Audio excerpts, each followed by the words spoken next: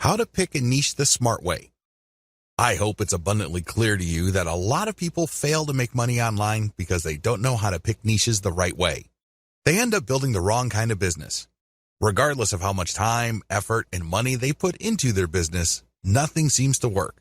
At best, they're forced to settle for cents on the dollar. At worst, they don't make any money at all. Picking a niche the smart way involves several filters.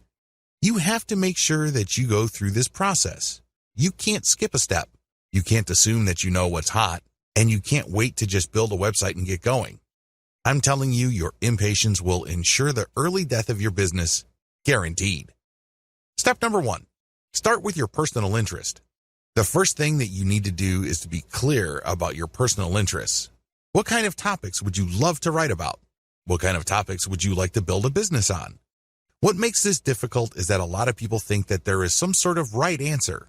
This is personal. Some people might be excited over certain topics, other people couldn't care less. What's important is that the topic, subject, category is attractive to you. Here's a shortcut. Ask yourself, what would you talk about all day, every day, even if you were not getting paid for it? Give yourself a couple of hours to write down everything that comes to your mind. No need to edit it, just write it down. Even if it's just half an idea or it's just a faint glimmer of an idea, write it down. Step number 2, filter your topics by search volume. If you don't already have an account at Google AdWords, go ahead and set one up. You can access this by typing in adwords.com.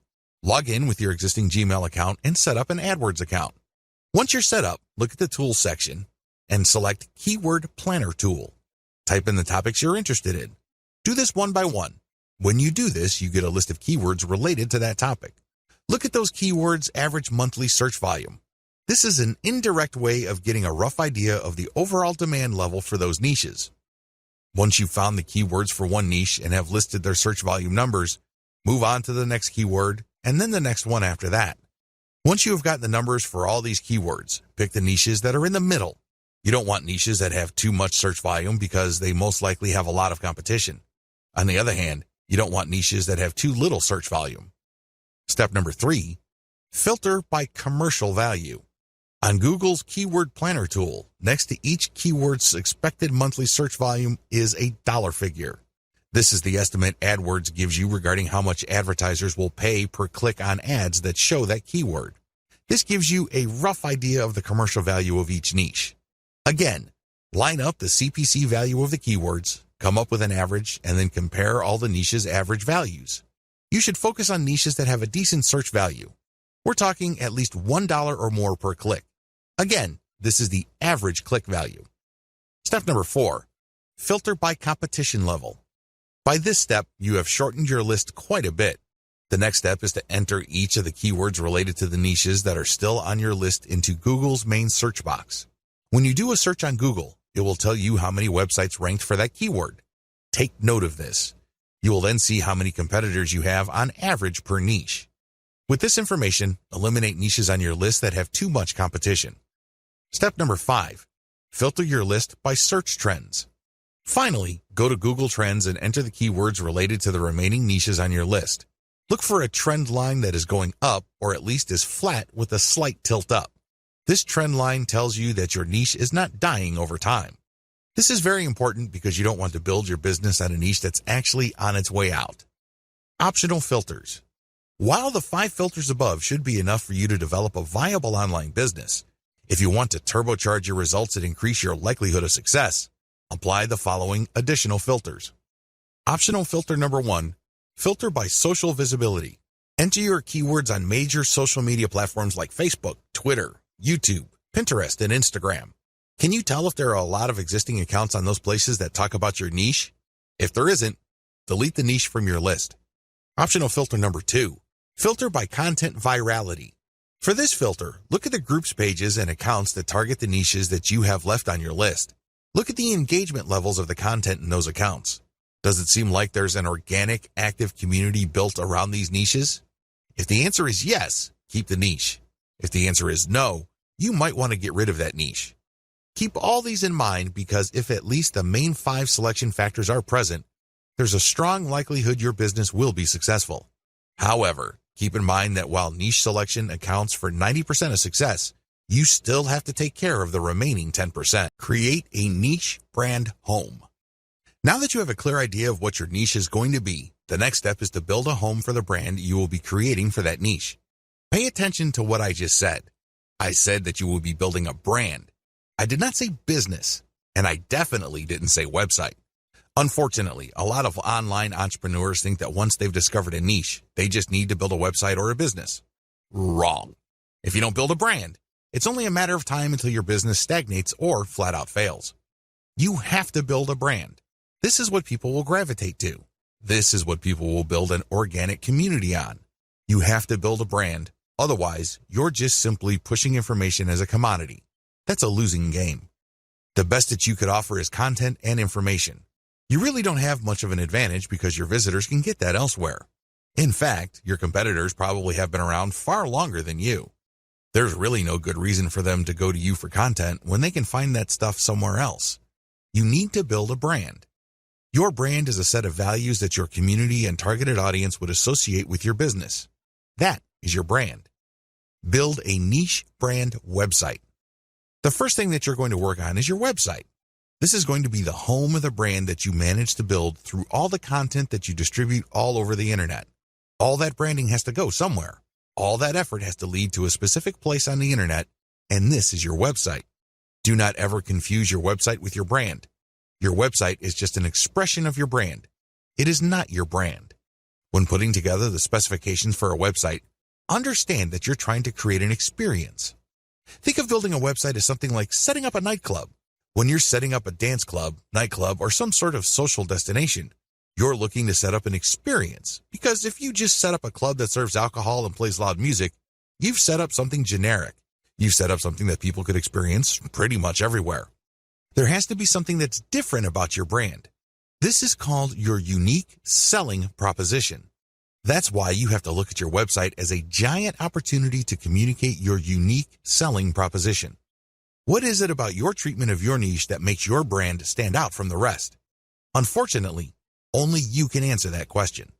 Once you have set down the design parameters of your website, again, these must be intended to create some sort of unique experience. You should then select design parameters for graphics that communicate your niche identity. You should also look at getting graphics design that highlights your brand identity. All of these flow together. Quick shortcut: reverse engineer your competitors' designs. The biggest problem with creating a niche brand home is that it's too tempting to come up with something that you think is awesome or hot. You're more than welcome to brainstorm, but let me tell you, 90% of the time, whatever you come up with will fall flat. It turns out that you don't see eye to eye with your customers. The better approach would be to study what your competitors are already doing and focus on what they have in common. The reason they have certain design elements in common is that they resonate, at some level or other, with your target audience. They would not share those common design elements if they didn't speak to your audience's needs. You use that as a preliminary starting point. This is a safe spot for you to start your niche brand home design on. Later on, you're going to customize based on the actual interaction of your audience with your website. Design your site for intentional niche branding. Now that you have a clear idea of the industry standard design in your niche, make sure that your design notes would enable your selected web developer to come up with a design that is focused on building up your brand. At the very least, it must be easy to read. People shouldn't be intimidated by large blocks of text or impossibly small fonts. Again, studying your competitors and checking out the common design elements can give you a tremendous head start. Key design hooks your site has to have. Given the tremendous amount of design variability out there, I admit it can get quite confusing. However, of all the different options available, your website must have 3 hooks that will enable you to get more traffic, more engagement, and possibly more income. Social media shareability. Make sure that your website is designed for easy sharing. This goes beyond just having Facebook share buttons all over the place. That's a given. What I'm talking about is when somebody decides to share your content, the Facebook user looking at your content would see a well-formatted and highly attractive preview of your content. This means a really nice-looking header graphic, well-formatted teaser text, and other features. This is the key to shareability on social media. You have to remember that the majority of Facebook users actually scroll through their timeline. They don't really read everything that appears on their timeline. This is why your content when shared on social media, must jump out at viewers. This increases the likelihood that they would click the share button after they feel that they've scanned enough of your content. Mobile responsiveness. As I mentioned above, the majority of people consuming online content use mobile devices. This is why mobile responsiveness is non-negotiable. It doesn't matter how big or how small the screen of your users is. The version of your website that they see must be the best version of your website. Otherwise, you'll lose them. They'll pick some other competitor whose site looks much better. Mailing list responsiveness. You have to also incorporate your mailing list to your website design. This should not be treated as an afterthought. Instead, you should look at your overall website design from the homepage, the top level, the category level, to the post level to see whether the design pushes people to sign up for your mailing list. Your mailing list is one of the most important conversion devices on your website. Don't take it lightly. Make sure it's built into your website's design. Design your niche content system for maximum conversion. Keep in mind that at this point, your niche brand marketing system has 3 structural parts: your website, social media accounts, and your mailing list. The problem is, if you stop here, you're going to fail. Why? You built a container, but you still have to come up with the content of that container. This is where creating a niche content system comes in.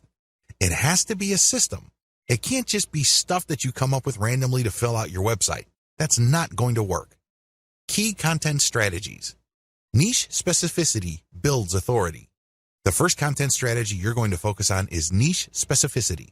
Everything that you include in your blog or your website has to be directly related to your target niche. The more specific you are, the more authoritative and credible your online property becomes. Remember, the people who visit your website are not there to screw around. They're not doing it for their health. It's not like they have nothing else better to do. They're there because they have certain needs. It's your job to meet those needs.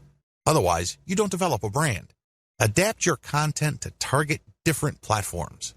It's really important to make sure that you don't just produce one type of content. When you create content, it must be converted into a format that can be promoted on different platforms. For example, if you have a blog, you can promote the blog's link on Facebook, Twitter, and Google+. However, don't stop with blog posts. You can convert that post into a video. Maybe it's a whiteboard with some sort of voiceover and animation. Once you've converted your content into video, you then access Vimeo or YouTube. You can get traffic from those places. You can also look at your content and strip it into small questions and promote on places like Quora. I hope you get the point. You have to start with content that is directly related to your niche, but create different formats of that content so as to widen the places you can distribute that content on. Maximize dwell time. Another key content strategy that you have to totally wrap your mind around involves the concept of dwell time. When you get people to visit your website, try to get them to stay for as long as possible. In other words, try to get them to dwell on your content. How come? First of all, Google's algorithm rewards websites that hold people for a longer period of time.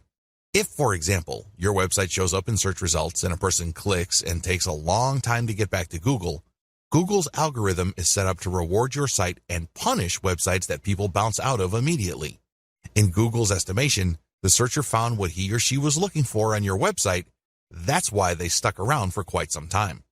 The second advantage of dwell time involves branding. The more you get people to click page after page of your website, the more you brand them.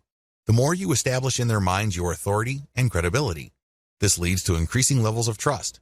You might even convince them to come back or, better yet, refer other people to your site. Finally, when you maximize dwell time, you walk the reader through the KLT process. This process is generally associated with sales. To get somebody to buy something from you, you must get them to trust you. However, for that trust to happen, they must like the option that you put on the table. Unfortunately, for that to happen, something else has to happen first. They must first feel that you know enough about their problem for them to like the solution that you're pushing. This is the KLT process. Know, like, trust. When you interlink your content in a very thorough way, you basically get the person to cycle through the different pieces of content you have.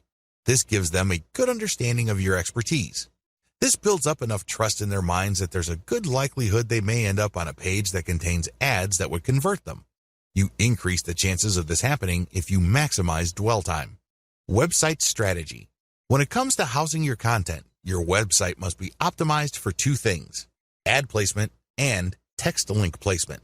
Ad placement means that your ads must look like a form of content. Their power does not arise from the fact that they disrupt the experience of your viewer.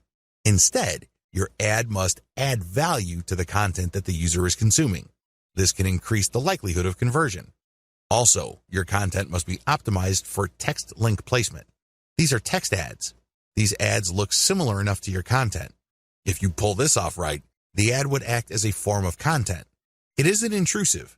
It doesn't stick out like a sore thumb, and it actually enhances the value of the content the reader is viewing. Social media accounts. Believe it or not, the social media accounts that you set up outside your blog are part of your niche content system. How come? Well, these accounts are for you to use to distribute your blog or website's content on different social media platforms. Accordingly, each of these accounts must reflect your brand's graphics. This way, when you're sharing content from your main site, there's no major disconnect between the social media account sharing of that content and what users will see when they click through to the link that you are sharing. Mailing list. Your mailing list must be designed from day one to work hand in hand with your main website to do one thing and one thing alone: maximize opt-ins. This is the job of your mailing list. It must be designed from the ground up to vacuum, suck up, or attract as many signups as possible.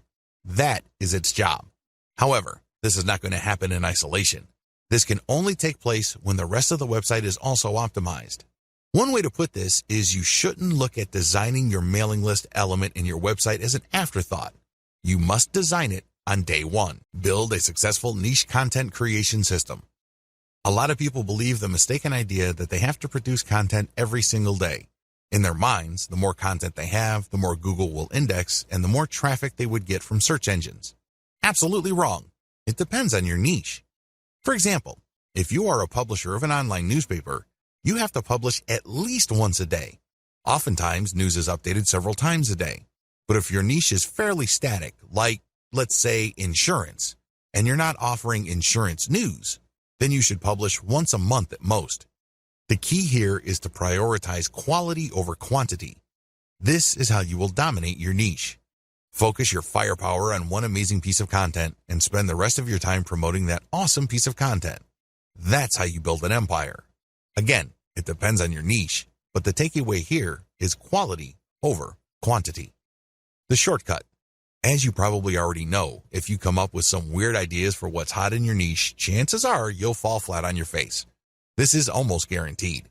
Unless you're absolutely sure that you have some sort of mental connection with your target audience members, chances are whatever ideas you think are hot are not all that hot to them. This is where reverse engineering comes in. Study your competitors and look at their most successful pieces of content. Look for content they have that has amazing levels of engagement. Start with those topics. Pay attention to those patterns and themes. Collect them, and then start with curation. Your first step must be curation. At this point, you really don't know what works and what doesn't work. At this point, all you know is your niche and your container for your niche. Accordingly, you should get the best pieces of content and populate it on your social media accounts. Market your accounts to try to get engagement for them. Pay attention to click patterns. Which pieces of content get a lot of clicks? Which pieces of content get a lot of engagement? Now, line these up and then see which pieces of content actually gets conversions. I'm talking about sales or mailing list opt-ins here. Once you have seen the results from your curated content, zero in on the specific types of content that generate a lot of the results that you're looking for. Load more successful curated content. Now that you know the theme or type of content that gets a lot of love from your audience members, get more of that stuff. See if the pattern holds. If this is the case, then you're onto something. You can then move on to the discussion below. However, if you notice that the new stuff isn't converting as the old stuff, then you need to keep looking for more patterns. It may well turn out that the initial success of certain niche content may be a fluke. Maybe it's some sort of statistical blip. Given enough time, you should be able to see key patterns as far as the type of content that generates the most engagement, conversions, or clicks. Create your own content based on your most successful curated material. Now that you have a clear idea of the type of curated content that gets the most engagements, conversions, and clicks, the next step is to come up with your own version of that content. You have to remember, when you're curating content, you're just pumping traffic to somebody else's website. It's still benefiting you because you get to use their content to build credibility and authority with your audience members. However, you're not getting actual clicks to your site. The conversions that you get are either ad conversions because you mounted this curated content on your blog, or your social media profiles because you put an affiliate ad on those pages. Still, these third-party pieces of content don't result in traffic to your specific site. When you create your own content based on these successful curated pieces of content, you build traffic to your site. How exactly do you improve on successful curated content? First, you can feature updated content.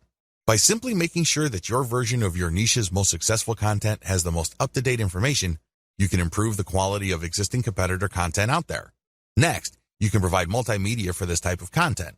For example, a top 10 list on the best dog houses are big in your niche. Instead of just a text list of key products and what's so awesome about them, show actual videos and pictures. Third, you can use long-form content. What if I told you that search engines actually reward longer pieces of content with more traffic than shorter pieces of content? This should be fairly easy to understand because the longer your content is, the more keywords it has, and the more this can trigger Google to send traffic that targets those keywords. Look at your competitors' most successful content and come up with longer versions of them. Fourth, you can simplify the most successful curated content you can find so that your audience members would find them easier to understand. This can involve diagrams, and this can also involve rewriting the materials in 8th grade English. Do what you have to do to make sure that this material is as accessible to your niche audience as possible. Finally, you can convert your competitors' most successful content into a video. This not only gives you access to YouTube, but it also makes your content more engaging on social media like Facebook, which can turbocharge your traffic results. Create multiple format adaptations of your content. Now that you have created your own content based on the best curated items you've used, the next step is to promote this content on all your social media accounts as well as on your mailing list. In addition to that, you should create multiple format adaptations of your content. For example, you have a blog post. Convert into questions, and then add snippets of content from that blog post along with a shortened link, and then share it on Twitter. Similarly, you can take the questions that your blog post talks about and create question and answer blocks. So basically there's one question, and then you copy and paste a significant answer, and then put original content at the bottom. You then post this on Quora.com. Third, you can create videos, infographics, or just share the plain link on Facebook. Fourth, you can create a video, as I have mentioned earlier, about your blog post, and then share it on YouTube and Vimeo. Make sure you use your target keywords for your tags and categories. Finally, you can create an explanatory picture for your blog post and then share it on Pinterest. The picture, of course, links to the blog post. By creating multiple format adaptations of your content and heavily promoting them on your social media accounts, you drive niche-targeted traffic from all over the internet to your website. Make sure each piece of content you produce promotes older pieces of content. When you create a new piece of content on your blog or website, create at least 3 links within it that links to older pieces of content you have published. Don't waste this opportunity. If you are able to drag anybody from the internet to view your content, try to turn that one visit into multiple page views. You do this by putting text to links as well as graphical links in your blog post. Again, the key here is to maximize dwell time. You get to brand them better, and you also drag them into the deeper and deeper parts of your website, which can increase the chances of conversion.